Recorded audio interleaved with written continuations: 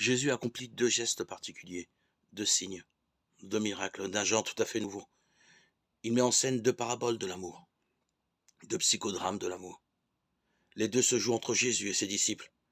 La première sous la forme d'un repas, non pas n'importe quel repas, mais le repas pascal, c'est-à-dire celui que les Juifs une fois l'an prenaient ensemble en souvenir de l'agneau immolé jadis, dont le sang étendu sur les linteaux des portes avait sauvé le peuple nu.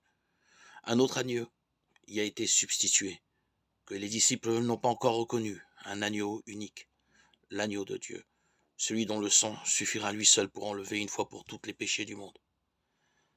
Cet agneau, pour qu'il n'y ait aucun doute possible, Jésus précise bien que c'est lui.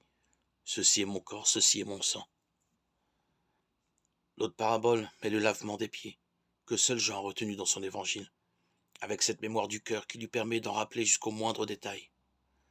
L'amour doit aller jusque-là, non seulement aller, mais descendre, s'abaisser jusque-là. Comme les Juifs tenaient à répéter chaque année les rites de leur Pâques, ainsi les disciples de Jésus répètent chaque année le double rite qu'il leur a laissé en souvenir de son amour jusqu'au bout. Deux rites à proprement parler inoubliables, parce qu'ils sont des mémorials d'amour, du plus grand amour, du trop grand amour, dira saint Paul, Éphésiens 2,4. Et parce que Jésus lui-même a voulu qu'il soit régulièrement reproduit parmi ses disciples,